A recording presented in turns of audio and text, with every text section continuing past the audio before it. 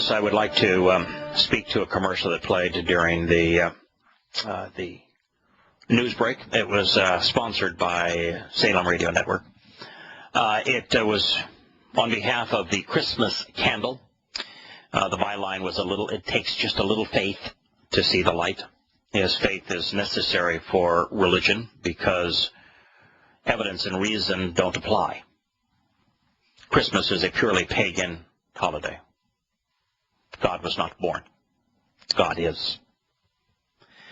Christmas was the celebration of the birth of the Son of the Sun in the Babylonian religion, the Egyptian religion, the Greek religion, and then in the Roman religion. Typically, the Son of the Sun is considered the Son of God.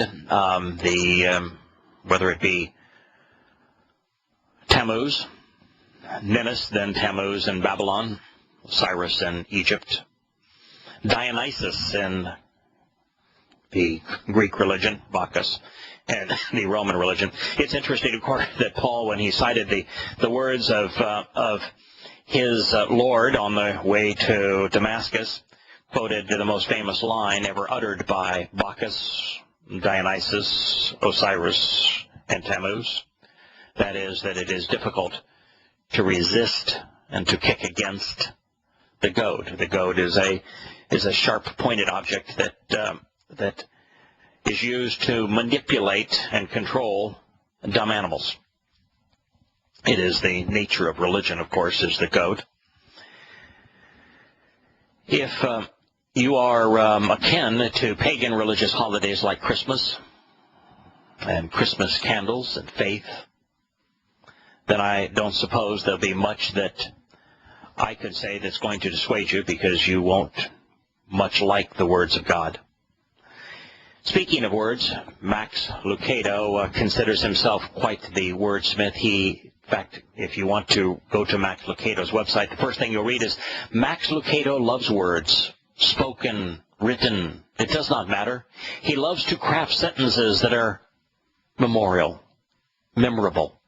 inspiring, and hopefully life-changing. Yeah, that's the nature of all religious zealots. It's their words, the words that they craft, that they want to be considered memorable, inspiring, and life-changing. They rather dislike God's words. They're at war with God's words, but they love their own. Well, I'm not at war with God's words. I rather like them. He told us, behold, henna, which means pay attention, listen. I will bring about a flood of water upon the region, Eretz, the land, the territory, the area, to destroy all related humans, in whom a spirit was born and lives from beneath the heavens. All who are related in the region will expire. Paul admitted that he was demon-possessed, as did Muhammad, the founders of the world's two largest religions. Openly admitted that they were demon-possessed. God is saying here that they were not the first to be demon-possessed, that there was a spirit which was born and lives from beneath the heavens that drove them to such Hamas. Remember Hamas? God described that Hamas was so prevalent on the earth. Deceitful destruction, wanton violence, thievery, an attitude of malfeasance. And it was all born and lived as a result of the demonic spirit from beneath the heavens that possessed these individuals. Now, it is interesting that the word that I translated, region, Eretz, is often translated land, and it can mean earth, as in the sense of the ground. But Eretz is almost always rendered the whole earth, as in the entire planet in terms of this flood, and that's not what occurred. It would have been impossible. Even God could not have done it. He could not have flooded the entire planet to the tops of the mountains. He did not do it. He could not do it. There would be no reason for him to do it. Matter of fact, it would have been immoral. There were Homo sapiens living around the globe. But the Homo sapiens living around the globe had not used their Nasalma to invent religions and to league with the demons elsewhere. They were doing it in this region, from the headwaters to the mouth of the Tigris and Euphrates rivers. This was the area that was corrupt. This was the birth of human civilization. This is the place that had to be cleansed for humanity to have any chance at redemption, of re-entering the garden. And it was this region that God would flood, because this is where those related to Hasatan were now corrupting the earth. Primarily, Eretz means region, territory, realm, or area. In the creation and flood accounts, it is often presented as earth, which with our modern worldview is interpreted as the name of the planet as opposed to the ground or soil. And that has given the impression that the flood was designed to wipe out all life on earth, covering the entire globe right to the peaks of the tallest mountains. If God had wanted to say that the water would flood the entire world, rather than land or region, he would have used Tebel. Tebel means world, as in the habitable portion of our planet. Of its 36 occurrences throughout the Torah, prophets, and Psalms, Tebel is translated world 35 times, and habitable portion of the planet once. Consider this distinction. Because before, previous to the time that the mountains, the hills, the ridges, the ranges were born, conceived through force of labor, upon the earth, upon the land or ground, and the world, Tebel planet, was brought forth violently, born from distress akin to labor pains and shaking and trembling. Its mountains are, of course, born through earthquakes and to the uplifting of tectonic plates. Even before time, you were infinitely powerful and always existed as God. This is Mizmor Song 92. It's a statement that, of course, God cannot be born, of course, that God cannot die, and it's speaking of how the mountains on this planet were designed, and that the land, the Eretz, was of the world, were raised violently to become mountains. Furthermore, in this passage, the second application of Haaretz precludes the rendering of the compound word as the earth, because it is preceded by ba, meaning in. So to perpetuate the religious myth and to keep from sounding foolish, English Bibles ignored in and pretended as if all on were actually in the text. But it's not. God, therefore, is speaking of flooding a specific place, a basin of decay, where the descendants of Adam, Seth, and Cain had partnered with Hasatan, the adversary, to become corrupt tyrants. It was in humanity's interest to do this. It was the moral thing to do. It was the responsible thing to do. It was the loving and compassionate thing to do. It is never loving or compassionate to embrace, to accept that which is evil, that which is corrupting, that which is destructive, that which is violent. Which is why those who embrace socialist secular humanism, the most deadly religion in human history, Islam, the second most deadly, or Christianity, the third most deadly, rather than being compassionate and enlightened and civilized as they claim to be, are corrupt, perverted. They are unloving. They are immoral. This is further confirmed by the rest of the statement from Yahowah, at least if the words are presented accurately. Ruach means spirit. Yahowah tells us that they come in different varieties. There is God's, his messengers, and there are Satan's and his associates. Humans equipped with a nesama can choose to associate with either, to be born anew from above, from Shamayim, the heavens, in God's spirit, or from below, as God says here, in Satan's. Animals with merely a nephesh soul don't possess the discriminating judgment required to make such a choice. An animal can be a transient host for a spirit, but nothing more. This being known, we can be certain that we have translated basar correctly in this context. While it can mean life form or animal, generically, since the verse references a twisted and distorted ruach spirit, the rendering of descendants, blood relatives, or near kin and related human flesh of Bashar, as we have discussed it in previous translations, is absolutely appropriate. So putting it all together, we can deduce that Yahowah decided to eliminate most every descendant of Adam, a.k.a. Nesalma man, in the region east of Eden. He felt compelled to do so because they had leagued with Satan and become corrupt beyond hope of repentance, change, or redemption. In this regard, I find it interesting that God chose Gawa, meaning to expire, to describe what was going to happen. The term is uncommon, appearing only 24 times in the Torah, prophets, and Psalms. And on several of those occasions, it is translated, give up the ghost. The related word, gur, even speaks of inhabiting temporarily so as to stir up trouble through quarreling and strife. So there's a spiritual implication here, I'll bet, and one that is a bit tormenting and anguishing. Gawa also tells us that Satan's associates were going to perish gasping for breath, which is the Hebrew word also for soul. Their bodies would become empty, hollow, and lifeless corpses, devoid of the demonic spirit. This in turn would cause the quarrelsome and troublesome spirits to be locked up, incarcerated behind a shut door, imprisoned, in a word. You see, spirits are eternal. Since they aren't mortal like souls, the only penalty which can be afforded a rebellious spirit is to be imprisoned forever. And that is why the abyss, which is Sheol, was made for Hasatan and his fellow demons. In a passage, God has provided us with some useful guidance regarding this conflict between spirits.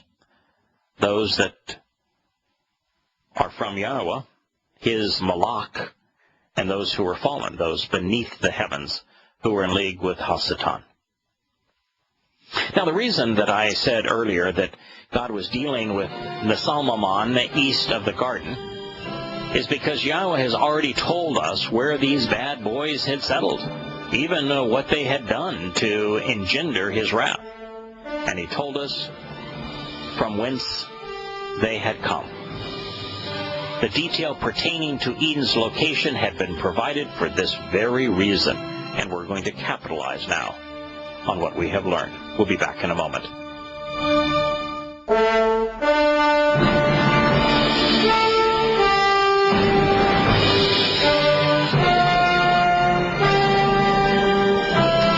Welcome back to Shattering Myths. If you recall, it was the headwaters of the four rivers that Yahowah directed our attention to in describing the location of Eden, placing it southeast of the Black Sea and west of the Caspian Sea. And since the two biggest rivers in Yah's list were the Tigris and Euphrates, it would be reasonable to include northern Mesopotamia in this realm. This is thus the Eretz region Yahowah intended to deluge, purging it of Satan's partners. However, not everyone had chosen poorly. 8 people, amongst tens, if not hundreds of thousands, perhaps even as much as 1 million, had elected to associate with Yah. I wonder if it is that ratio is any different today. Yahowah says that thousands have availed themselves of his mercy by observing his terms and conditions, and thousands amongst billions is 1 in 1 million. Well, maybe there were 8 million people alive from the headwaters of the Tigris, Euphrates rivers and the towns and emerging civilizations around the Black and Caspian Seas, and down through the Mesopotamia, all the way down to Ur of the Suma. And if that is the same ratio that is being presented here with Noah and his family.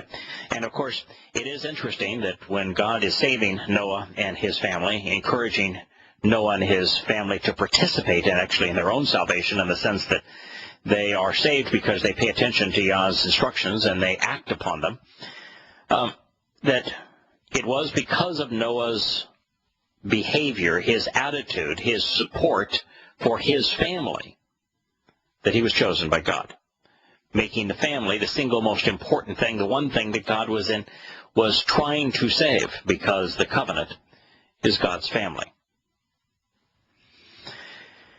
These 8 people were based upon God's affinity to his covenant. Now, speaking to Noah, the trustworthy guide and the means to restoration, translating his Hebrew name, God said, and this is now reading from Bereshith in the beginning, 6:8, I will establish my covenant with you.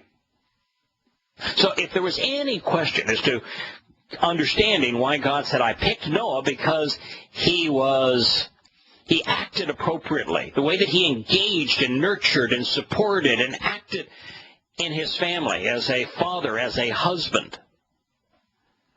It was because of that that I chose him, emphasizing that what God is prioritizing here is our role in his family in terms of saving his family. Yahowah is saying right here now, I want to remove any doubt. I want you to have an appreciation that the story I'm telling you is about the covenant. That the story I'm telling you is about my desire to save my children, my covenant children. I want you to know that your relationship, your attitude towards my family is what's going to make the difference. And that your willingness to act upon my instructions, which are found in the Torah, regarding my covenant, is what's going to make the difference in your life, whether you're part of it or not, whether you're saved or not. So Yahowah said, I will establish, I will kum, I will stand up, enabling others to stand, confirming that which will elevate others, causing them to rise, setting up that which is restoring. Ani bereth, my covenant. Bereth, which is based upon be'eth, the Hebrew word for family and home. It's a relationship, a marriage vow. It's a partnership, a pledge, a promise, an alliance, an agreement based upon family with you. You've heard the campfire song, Kumbaya. Kum means to stand, to establish. Ba is the Hebrew word for in or with. Yah is the familial version of Yahweh's name. Kumbaya. Stand with Yah. Be established in Yah. Kumbaya is through the covenant. I will kum my covenant with you. I will establish my covenant with you. Bereshith 6:8. When we return to Shattering Myths after the commercial break, we will consider the full implications of this stunningly important statement from our Creator, so that we know his purpose and his will and how to capitalize upon both.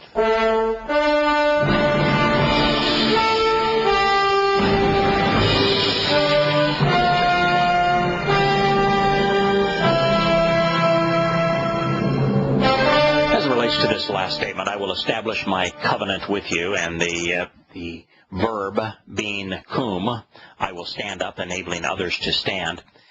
It brings to mind that two of the most important and misunderstood verbs in the Hebrew scriptures and in the Greek eyewitness accounts are kum in Hebrew and histemi. It's a Greek equivalent, although I don't think histemi is quite the power of kum. One defines the covenant while the other mirrors it. Simply stated, God stood up for us so we could stand with him. That's the whole nature of the covenant relationship. God is like all loving parents. They stand up for their children so that their children can stand with them. They get down on their knees to lift us up.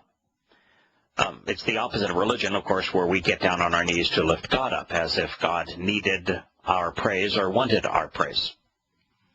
Now, histemi, the Greek equivalent, provides some interesting insights. You see, on Moriah's steros, the Greek term for the upright pillar, it's Edon in Hebrew. Edon is been corrupted to Adon and to mean Lord, but then Adonai meaning my Lord. When Edon is used throughout the Torah, expressly and exclusively to describe the upright pillar that is established within the foundation of the tabernacle for the purpose of enlarging and securing its covering. And the Edon speaks of the corporeal manifestation of Yahowah, of Yahusha.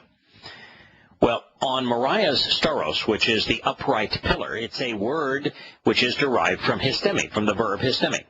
And therefore, what we find is that the upright pole is based upon the upright one, established within the foundation of Yahweh's tabernacle, and there to enlarge and secure God's home. And so we see in this word and in that symbol something that is profound, a link between kum and histemi, between histemi and steros, that is destroyed when the pagan term cross is used to replace steros, and when all aspects of the upright one, standing upright for us on the foundation that is the tabernacle and the Torah of God's home, so that we can stand with him, all of that is tossed away by the religious myth of the Christian cross. Now, while we may not be able to pinpoint the exact year of the flood, or explain the deluge's every nuance, by diligently investigating the meaning of each term Yahweh selected, we can determine the mind of God. For that alone, your time and mine is well spent. And what we find is that the entire purpose of this was finding a man who acted appropriately within his family, and enabling that man, should that man choose to follow Yahweh's instructions, to act upon Yahweh's guidance, to be able to save his family as a metaphor for Yahweh's family, which is the covenant, which is what God has just confirmed. And if you look at everything that happens from that perspective, that the covenant and the ark are one, and that they're specifically designed to protect a family, and that is equivalent with us returning back to Eden, where it's a protective enclosure that was conducive to life, that was pure joy in our relationship with God. If you see all of this from that perspective, then you're almost all the way home. That's God's intent. Now, before we move on, I want to emphasize the importance of the Torah's most important declaration, Bereth covenant. This is the first time the word has appeared in the Torah. Bereth is a noun, it's singular, it's absolute. It is always presented as a noun. It is always presented as being singular. It is always absolute. There is only one covenant. Now, Christian apologists will say, that's not true. You look at the book named Jeremiah, and in the 31st chapter, there's a new and different covenant, not like the existing one, and that's the new covenant, the New Testament that is Christianity. Well, that would be an outright lie. God says he's going to reaffirm and renew his one and only covenant, presented in the singular, and that the reaffirmation of his covenant is going to differ from the existing covenant in only one way, and that is that the Torah will literally be placed inside of us by Yahweh. It's the only difference. Right now, we have the opportunity to reject or accept the Torah. That is our choice under the consequence, under the guidance of, under the principle of free will. We have the choice to ignore God's Torah, even hate it as Christians do, to corrupt it as Paul did, as Muhammad did, or to embrace it. You know, Noah was saved because he chose to act upon Yahweh's instructions. Torah means instructions. We have that choice. But once all of those who have lived on this earth prior to Yahweh's return make their choice to either accept or reject Yahweh's Torah guidance, then those who survive, those who are adopted into Yahweh's covenant family, then we, having chosen to be part of God's family, having chosen to respond to and act upon the Torah's instructions, we are given a tremendous gift, one that will enrich us beyond measure. We're given God's guidance directly, literally putting inside of us so that it will be impossible to corrupt it, it will be impossible to misunderstand it, it will be impossible to ignore it, and that we are going to be the beneficiaries of the totality of his insights and guidance. That's his promise. That's what he's saying in Yirmiyahu in Jeremiah 31. He's not tossing out the Torah to replace it with the gospel of grace. He's reinforcing the Torah, giving it to us as the ultimate gift. So bereth, it's always singular. It's always absolute because there's only one of them. Just as there is one God and one Torah and one way, there's one covenant. Even though the word appears another 180 times in the Torah, prophets, and Psalms, it is never plural. There's only one way to the one and only God, Yahweh. And that is through his Bereth covenant. The covenant is the means to salvation. You know, that's another thing that Christians, and we've talked about it so many times in this program, have all wrong. They are of the belief that you are saved first, and then once you are saved, you form a relationship with God and go to heaven and live in his home. That's the opposite of what has to be from any logical, rational, or moral perspective. God presents his covenant as his heart's desire. It is his covenant that provides the means to salvation. Salvation is a byproduct of the covenant. God only saves his covenant children. You notice in this flood, no one outside of Noah's family was saved. It is only his covenant that receives the benefits of salvation. It is the result of the covenant that we are saved. Only those who have acted upon the terms and conditions of the covenant, who have responded to Yahweh's instructions as Noah did, are saved, and they are simply the children of God. Religious gremlins who saw fit to copy edit the Torah, prophets, and Psalms by replacing Yahweh's name with the Lord 7,000 times also diminished the magnitude of the covenant by labeling the beginning and end of Yah's testimony, Old and New Testaments. Well, there's only one testament. Only one. It is comprised of the Torah, prophets, and Psalms. Yahushua did not create a New Testament. He simply was and is the living manifestation of the Torah and prophets.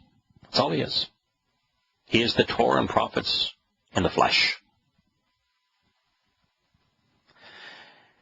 Yahweh is very much alive, and if we want to be, we have to know that he established a covenant, one covenant, which he affirmed many times. There is one God, there is one plan, there is one Noah's Ark, there is one Ark of the Covenant, there is one Torah in which these are presented, and thus there is one way to the one God, whose one and only name is Yahweh. And that is why this is all summarized with one word, whom. Yahweh stood up for us so that we could stand with him, so that he could establish us upright. Therein, my friends, is the nucleus of God's testimony. It's all about establishing a relationship with our Heavenly Father in a family setting where we stand with him, not bow down to him. We walk with him. We engage with him. We journey through the universe together with him. Even Noah's name, of course, is significant in this regard. He served as a trustworthy guide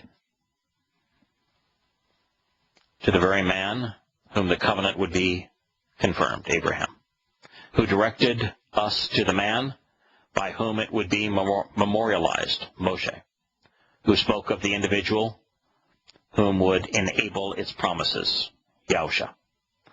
all on behalf of the one and only God, Yahowah. As with the covenant, Noah's salvation would be a family affair.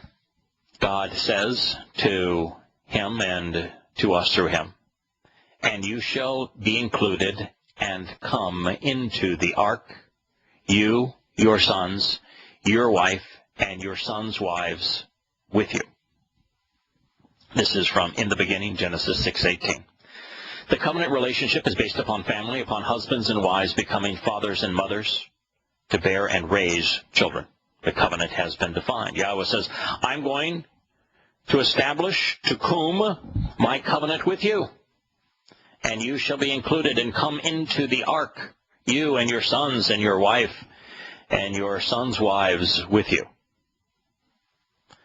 Most everyone is familiar with the account which follows. Noah was asked to bring 2 of every sort of animal into the ark, a male and female of each life form, along with the food to feed them so that their species would continue to populate the region. And Noah acted upon and engaged, doing everything which God had instructed him to do. Bereshith, in the beginning, 6:22.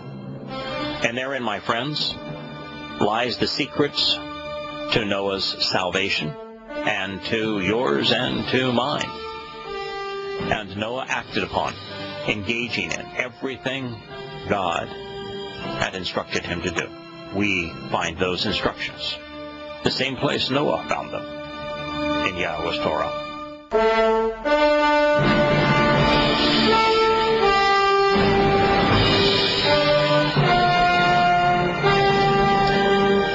Immediately after introducing the Torah's single most important term, bereth, the family-oriented covenant relationship, God unveiled a passage which reveals its basis.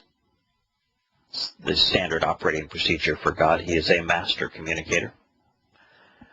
Yahowah said to Noah, the trustworthy guide, "Go, be included into the ark, you and your household, your family.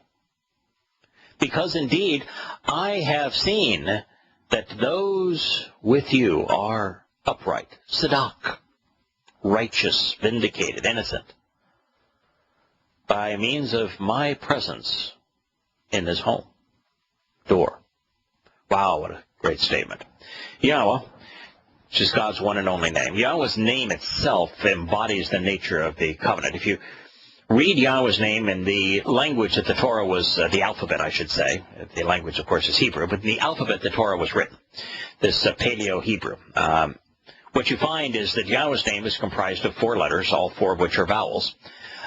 And those 4 letters, the first of which is a hand reaching down and out to us, an open hand, a hand so as to lift us up and establish us so that we can stand.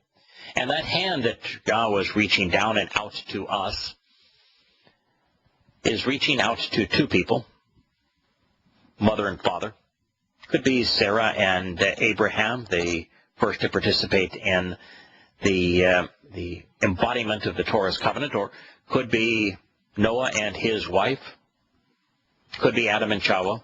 But man and woman standing side by side, reaching up, looking up to God, standing in God's presence is the very embodiment of this name. And between the 2 individuals is the tent peg, the means to secure and enlarge not only them individually by way of the covenant's promises, but also the family of God.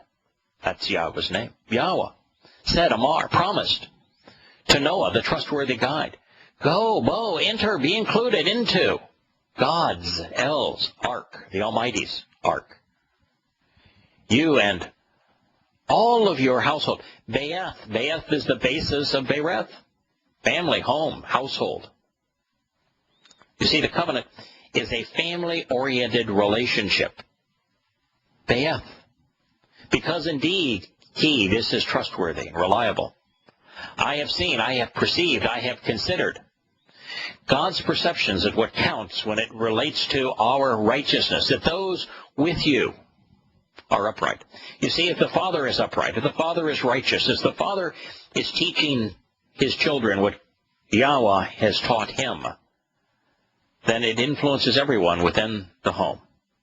And so not only was Noah upright, but so was his wife. So were his sons. So were his sons' wives. That is the beauty of the covenant. It's the beauty of God's guidance. Tzedak is the word, of course, that completely undermines Paul. Paul would say that none are righteous, no, not one. He would say that the Torah is incapable of making a person righteous. Well, the Hebrew word for righteous is tzedak. It means righteous, vindicated, upright, vindicated, innocent. Powerful term. God is saying here that because Noah was appropriate within his family, because Noah did what God had encouraged him to do, because Noah engaged and acted upon Yahweh's instructions, that he and his family were righteous. At least from God's perspective. You know, you look at Dod, the best example of a man whom God calls righteous, whom we know is David. You know, he had lots of warts. I mean, the man was a zillion miles from being a perfect citizen. But from God's perspective, which is the only one that matters as it relates to us being adopted into his home and declared innocent, from God's ra'ah, from his perceptions, Dod was perfect. Because he also observed Yah's Torah. He listened to Yah's instructions. He acted upon the terms and conditions of the covenant. And therefore, from God's perspective, he was perfect, just as was Noah and his family. That they are upright, that they are vindicated, that they are righteous, tzedak, by means of Yahweh's presence in the home throughout the generations. Dor means dwelling place. It means sheltered encampment. It means generation. It means time. It means home. It means protective enclosure. It's a powerful term. But Yahweh was saying that Noah and his family weren't righteous. They weren't upright because of their own doing, but because of God's perceptions of them by Yahweh's means, through Yahweh's presence. And Yahweh's presence here on earth in a corporeal means is through Yahusha, who enabled the first four Moed Mikre, which enabled the promises of the covenant, which make us perfect in his eyes.